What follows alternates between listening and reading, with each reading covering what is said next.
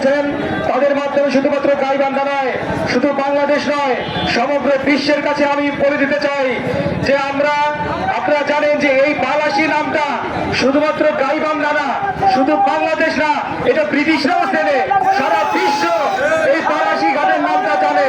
এখানে শুধুমাত্র পালা সেতু বা হায়দ্রাবাদ সেতু নয়, এখানে মাল্টিপারপাস সেতু নির্মাণ করা সম্ভব, এখানে সেতুর পাশাপাশি রেল সেতু নির্মাণ করা সম্ভব। সরকার যদি নদী শাসন করে তাহলে যে দূরত্বের কথা বলা হয় সে দূরত্ব কমিয়ে নিয়ে এসে আরো অল্প খরচে এখানে সেতু নির্মাণ করা সম্ভব। আমরা জানি বিগত ব্রিটিশ সরকারের সময়ে অনেক নেতৃবৃন্দ টাকা পাচার করে পালিয়ে গেছেন, সেই টাকা ফিরিয়ে নিয়ে আসুন।